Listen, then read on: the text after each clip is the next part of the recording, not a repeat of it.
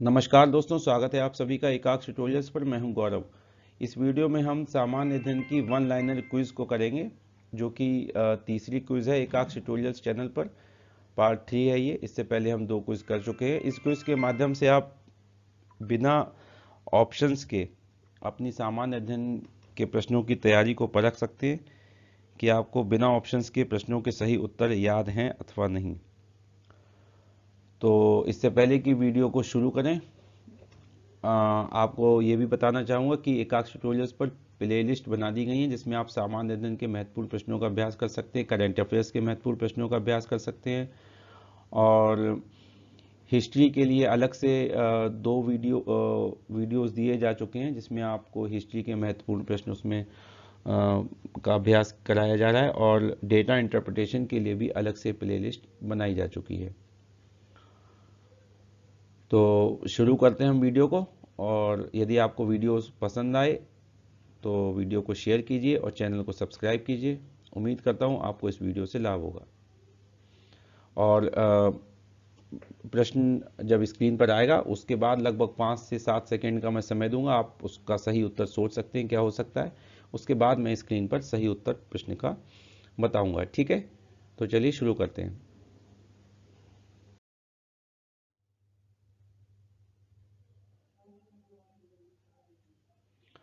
पहला क्वेश्चन हमारा है आज का, इस वीडियो का।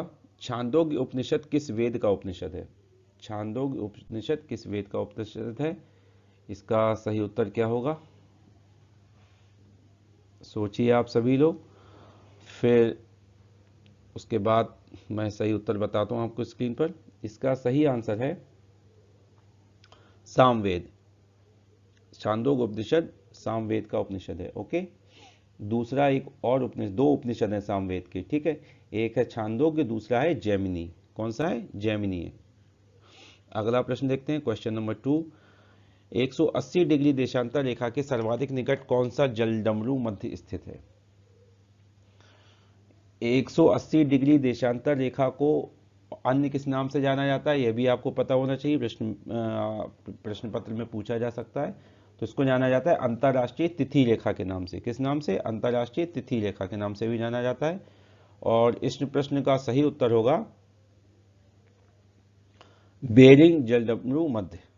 180 डिग्री देशांतर रेखा या अंतर्राष्ट्रीय तिथि रेखा के सर्वाधिक निकट जो जलडमरू मध्य स्थित है वो है बेरिंग जलडमरू मध्य। ठीक है, अगला प्रश्न देखते हैं, क्वेश्चन नंबर 3। असम, मेघालय, त्रिपुरा एवं मिजोरम राज्यों में जनजातीय क्षेत्रों के प्रशासन का प्रावधान भारतीय संविधान की किस अनुसूची के अंतर्गत किया गया है?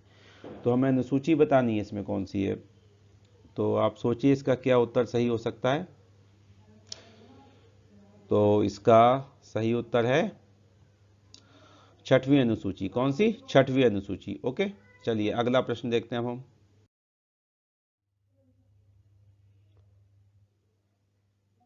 क्वेश्चन नंबर 4 है, जवाहरलाल नेहरू द्वारा संविधान के सम्मुख उद्देश्य प्रस्ताव कब प्रस्तुत किया गया? तो उद्देश्य प्रस्ताव वही प्रस्ताव है जो कि भारतीय संविधान की उद्देशिका का आधार बना। जब भारतीय संविधान का निर्माण हुआ, उसको बनाया गया, तो उद्देश्य प्रस्ताव ही जो है उद्देशिका का आधार बना। तो इसका सही आंसर क्या होगा? सोचिए आप सब। तो यह प्रस्तुत किया गया था 13 दिसंबर 1946 ईस्वी को। 13 दिसंबर 1946 ईस्वी को संविधान सभा के सम्मुख उद्देश्य प्रस्ताव को प्रस्तुत किया गया। Next question, question number 5। अच्छा शासन स्वशासन का स्थानापन्न नहीं है, यह कथन किसका है? यह कथन किसका है? किसके द्वारा यह कथन कहा गया है? तो इसका सही आंसर क्या हो सकता है? सोचिए। इसका सही आंसर होगा स्वामी दयानंद सरस्वती। इन्होंने यह कथन कहा था। स्वामी दयानंद सरस्वती का यह कथन है कि अच्छा शासन स्वशासन का स्थापनापन्न नहीं है। ओके, अगला क्वेश्चन। यूरेनियम का रेडियो एक्टिव क्षय होने पर अंतिम उत्पाद क्या बनता है? यूरेनियम जब एक रेडियो एक्टिव तत्व है, तो जब इसका क्षय होता है या इसका विघटन होता है, तो अंतिम उत्पाद, अंतिम रूप से जो है क्या प्रोडक्ट बनता है उसमें? तो इसका आंसर है लेड या शीशा, या इसको कांच भी कह सकते हैं हम, ठीक है। इसका निर्माण होता है अंतिम रूप से जब यूरेनियम का रेडियो एक्टिव विघटन हो जाता है या रेडियो एक्टिव क्षय हो जाता है, ठीक है।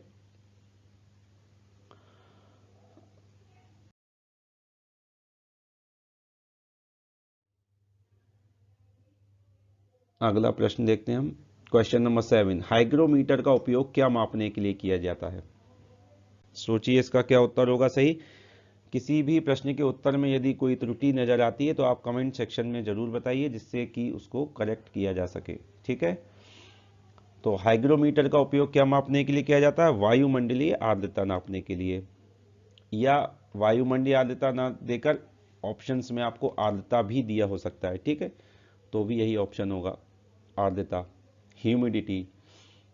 Okay, next question, question number 8, किसी द्रव का वह गुण जिसके कारण इसका स्वतंत्र पृष्ठ, द्रव का स्वतंत्र पृष्ठ जो ऊपरी भाग होता है वह न्यूनतम क्षेत्रफल घेरने की जो है प्रवृत्ति रखता है या कोशिश करता है, वह क्या कहलाता है? वह गुण क्या कहलाता है किसी लिक्विड का? तो वो क्या कहलाता है? पृष्ठ तनाव। क्या कहते हैं उसको? पृष्ठ तनाव, ठीक है। सरफेस टेंशन इंग्लिश में कहेंगे, surface tension. Okay, next question देखिए, इसका उत्तर सोचिए क्या होगा। शीतल पेय या सोडा वाटर में कौन सा अम्ल पाया जाता है? कौन सा अम्ल उपस्थित होता है कोल्ड ड्रिंक्स में या सोडा वाटर में? तो इसमें उपस्थित होता है कौन सा एसिड? कार्बोनिक अम्ल, कार्बोनिक एसिड। इसका फार्मूला होता है H2CO3, H2CO3। चलिए नेक्स्ट क्वेश्चन देखते हैं।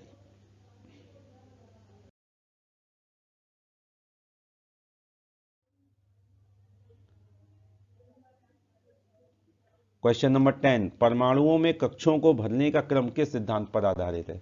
किसी भी परमाणुओं में जो कक्षों को भरने का क्रम है, जो कक्ष होते हैं, आपने इंटरमीडिएट में पढ़ा होगा, 11th या 12th में, जैसा भी आपके सिलेबस में रहा हो, तो उसमें जो है परमाणुओं की जो कक्षाएं होती हैं उनको भरने का जो क्रम होता है वो एक सिद्धांत पर आधारित है। वो किस सिद्धांत पर आधारित है? तो वह सिद्धांत है, उसका नाम है ऑफबाउ सिद्धांत। क्या नाम है? ऑफबाउ सिद्धांत, इस पर आधारित है, ठीक है। केमिस्ट्री का क्वेश्चन है ये। अगला क्वेश्चन देखते हैं, क्वेश्चन नंबर 11, यूरिया में नाइट्रोजन किस रूप में पाया जाता है? इसका सही आंसर बताइए क्या हो सकता है। अच्छा, यूरिया में नाइट्रोजन की प्रतिशत मात्रा कितनी होती है? यह भी प्रश्न पिछले वर्षों में आया हुआ है। तो लगभग 47% जो है यूरिया में नाइट्रोजन की मात्रा होती है। तो यूरिया में नाइट्रोजन किस रूप में पाया जाता है? इसका सही आंसर होगा एमाइड। किस रूप में? एमाइड के रूप में। अगला प्रश्न, क्वेश्चन नंबर 12, किस प्रकार के कोयले में सर्वाधिक मात्रा में कार्बन की मात्रा पाई जाती है? तो कार्बन की मात्रा सबसे अधिक किस प्रकार के कोयले में मिलती है? तो उस कोयले का प्रकार का नाम है कोयले के एंथ्रेसाइट। किसमें? एंथ्रेसाइट। इसमें कितने प्रतिशत कार्बन होता है? 85% से लगभग 95% तक कार्बन होता है, और ये काफ़ी अच्छी जो है क्वालिटी का कोयला माना जाता है, एंथ्रेसाइट, ठीक है। अगला क्वेश्चन देखते हैं।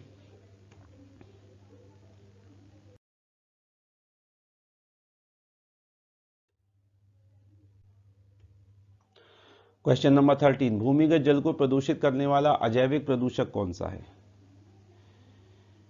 यह प्रश्न भी पिछले वर्षों में आया हुआ प्रश्न है ये। भूमिगत जल को प्रदूषित करने वाला अजैविक प्रदूषक कौन सा है? तो वह है आर्सेनिक। भूमिगत जल को सबसे ज़्यादा प्रदूषित जो तत्व करता है वह है आर्सेनिक। ओके, अगला प्रश्न, क्वेश्चन नंबर 14, शेख निजामुद्दीन औलिया किसके शिष्य थे? सोचिए इसका उत्तर क्या होगा। शेख निजामुद्दीन औलिया किसके शिष्य थे? तो ये शिष्य थे बाबा फरीद के। ओके, नेक्स्ट, क्वेश्चन नंबर 15, किस युद्ध में पराजय के बाद हुमायूं को भारत छोड़ने के लिए विवश होना पड़ा था? तो उस युद्ध का नाम बताना है। आपको पता होना चाहिए कि शेरशाह सूरी से जब युद्ध हुआ था हुमायूं को, तो हुमायूं हार गया था, और उसे जो है भारत छोड़कर भागना पड़ा था। तो उस युद्ध का नाम है कन्नौज का युद्ध, 1540 ईस्वी में हुआ था। ठीक है, 1540 ईस्वी में बिलग्राम में युद्ध हुआ था, ये बिलग्राम का युद्ध भी कहते हैं। ठीक है, अगला क्वेश्चन देखते हैं क्या है।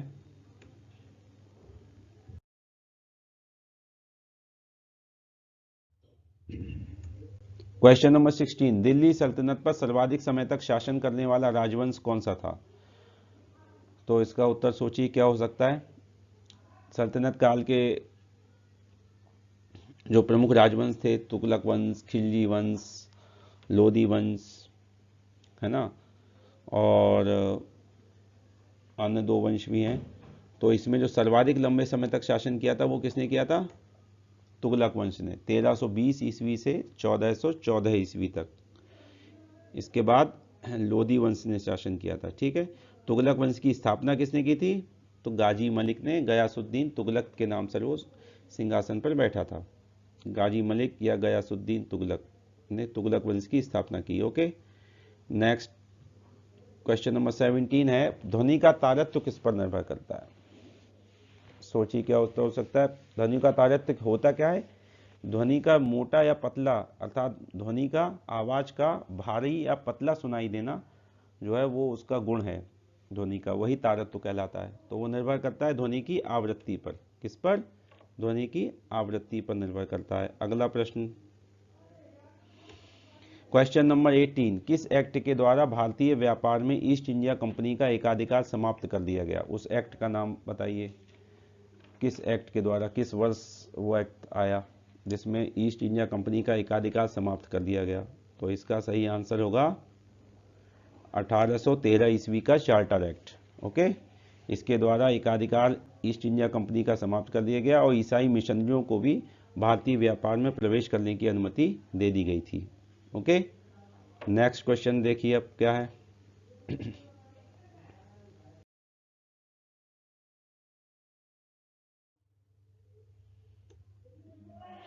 क्वेश्चन नंबर 19, किस महाद्वीप में उसके संपूर्ण क्षेत्रफल का सर्वाधिक प्रतिशत भाग मैदानी भाग है? तो सोचिए क्या उत्तर हो सकता है इसका सही उत्तर। तो इसका सही उत्तर होगा यूरोप। यूरोप में, यूरोप जो महाद्वीप है उसमें जो उसका टोटल भौगोलिक क्षेत्रफल है यूरोप का, उसमें सर्वाधिक परसेंटेज जो भाग है उसके कुल क्षेत्रफल का वो मैदानी है। ठीक है, और इसके बाद दक्षिण अमेरिका है, फिर उसका भी अधिकांश भाग मैदानी है यूरोप के बाद, दक्षिण अमेरिका महाद्वीप का। ठीक है, क्वेश्चन नंबर 20, 1938 ईस्वी में कहाँ हुए अधिवेशन में सुभाष चंद्र बोस को कांग्रेस का अध्यक्ष चुना गया? तो 1938 का कांग्रेस अधिवेशन कहाँ हुआ था? ये कांग्रेस के अधिवेशन की बात हो रही है। तो इसका सही आंसर सोचिए क्या हो सकता है। इसका सही आंसर होगा हरिपुरा। हरिपुरा अधिवेशन जो था कांग्रेस का, वहां पर इनको, सुभाष चंद्र बोस को कांग्रेस का अध्यक्ष चुना गया था। क्वेश्चन नंबर 21, संविधान सभा ने हिंदी को संघ की राजभाषा के रूप में कब स्वीकार किया? सोचिए इसका सही उत्तर क्या हो सकता है। तो संविधान सभा ने हिंदी को संघ की राजभाषा के रूप में कब स्वीकार किया था? तो ये किया था 14 सितंबर 1949 ईस्वी को। 14 सितंबर 1949 ईस्वी को, इसीलिए 14 सितंबर को हिंदी दिवस मनाया जाता है। ठीक है, ओके, चलिए अब अगला प्रश्न देखते हैं अब हम क्या हो सकता है। अगले प्रश्न का उत्तर,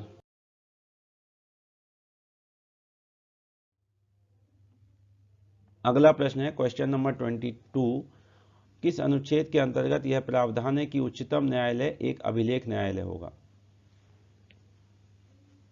सोचिए इसका उत्तर क्या हो सकता है सही। इसका सही आंसर होगा आर्टिकल 129, अनुच्छेद 129 के तहत यह प्रावधान है कि सुप्रीम कोर्ट एक अभिलेख न्यायालय होगा। ठीक है, क्वेश्चन नंबर 23, भारतीय संविधान के किस अनुच्छेद के अंतर्गत अखिल भारतीय सेवाओं का प्रावधान किया गया है? तो किस अनुच्छेद के अंतर्गत किया गया है अखिल भारतीय सेवाओं का प्रावधान? क्या है इसका सही आंसर? इसका सही आंसर है अनुच्छेद 312, आर्टिकल 312। नेक्स्ट क्वेश्चन नंबर 24, प्रवाल विरंजन का सबसे अधिक प्रभावी कारक कौन सा है? किस कारण होता है प्रवाल विरंजन? तो मुख्य कारण इसका है जो समुद्र का नॉर्मल टेम्परेचर है उसमें वृद्धि होना, सामान्य तापमान में वृद्धि होना समुद्र के। ठीक है, आज के वीडियो का अंतिम प्रश्न देखते हैं अब हम।